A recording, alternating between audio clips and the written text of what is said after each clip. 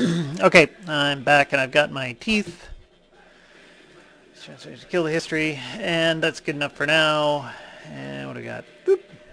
Pop this up in here in his face.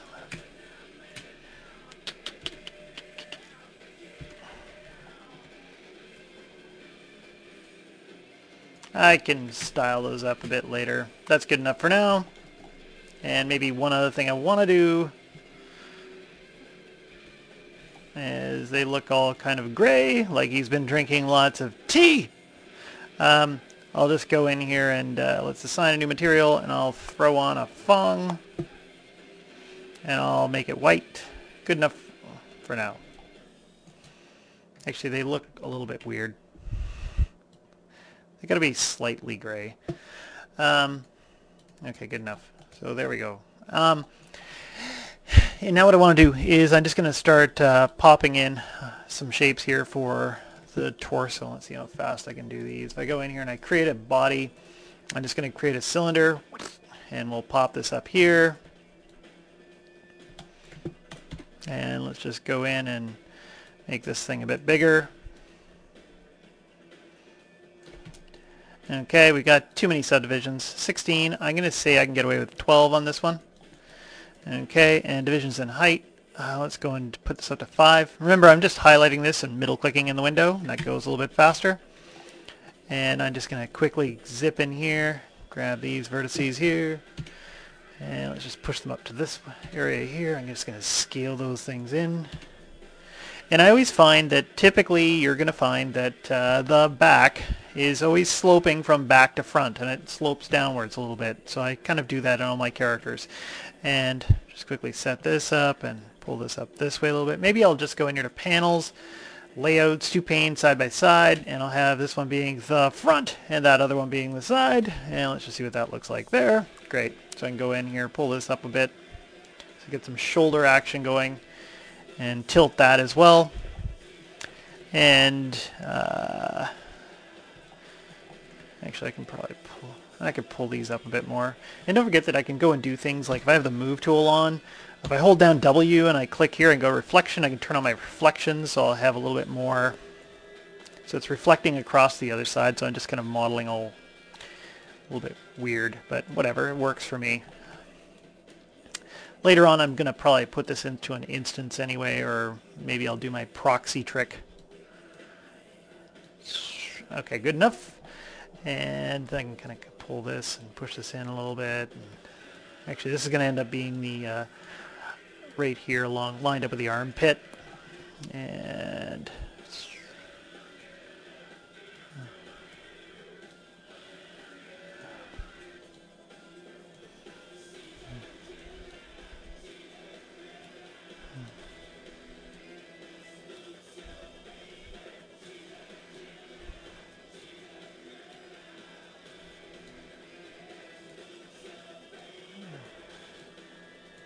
I'm just going to make that kind of tilt up a bit, make this tilt up a bit. This one here, maybe I should pull that back down again.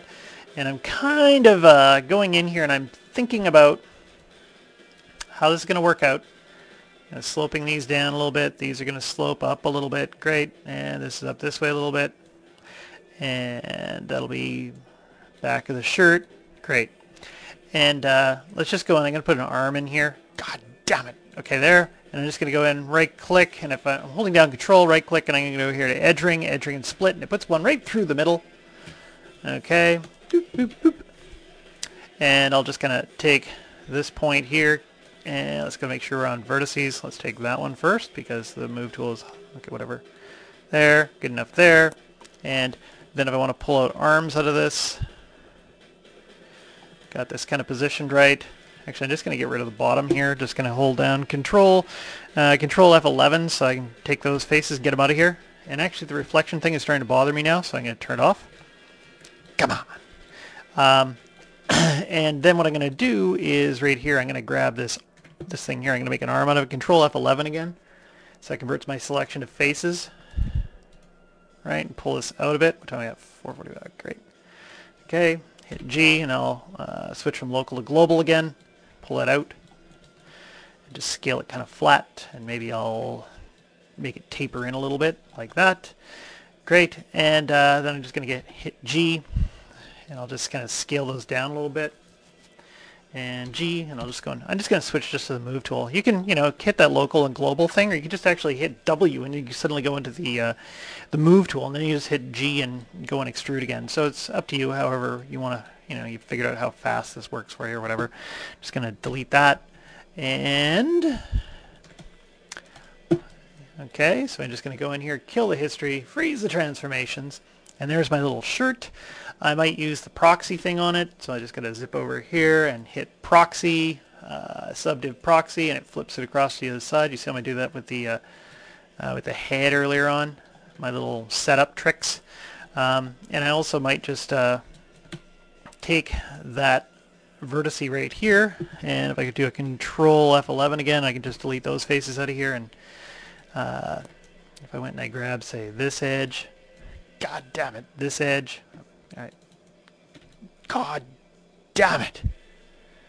This one, and you go over here, hold down Shift and double click. It's just kind of lagging a little bit, so I'm sometimes clicking a bit too fast. And there, you can see that lag again. I just kind of did a move and it lagged on me. God damn it. And I'll just do something like this, and maybe I want to take those faces there. Actually, that works okay right there. Maybe I'll just go in here, Edit Mesh, Insert Edge Loop, and I'm going to pop a loop right through here. You might notice that some of these edges are a bit wider from the side than the others, and if you want to, you can just go over here to the split ring here, and it says Relative. I can switch that to Absolute, and now they're all exactly the same length. And I'm just going to pull this down a bit more. Great. And if you really felt like you needed it, you wanted to make this so that you had a little bit more of like a shirt collar or something like that. I'm just going to go in here and pull this out a little bit, and yeah, then I got a little bit of an edge here for a shirt collar, and I can do the same thing over here. Insert edge loop. I'll just do another one of those right there. Boop. And then if I go over here, right click, go to faces, grab that face, hold down Shift and double click on the one beside it, and grabs all those. And if I go and I hit extrude, boop, a little bit like that, suddenly I've got this thing that when it smooths out is going to look like that. And I'm relatively happy with that, and I can do it along the bottom as well. Insert an edge loop here. And anything else I want to say about this? That should be good enough for now. Kill the history. And yeah, I'll quickly go in here and do the same thing along the bottom.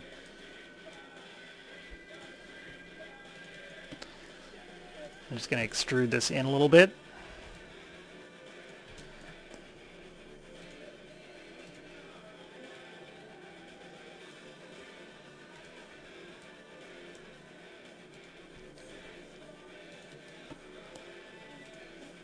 And one thing I do have to watch out for too when I do this, okay, this little trick that I just did, is that I do believe there is a face on the inside here. And I'm just going to go in here and delete that, and probably one up top here someplace.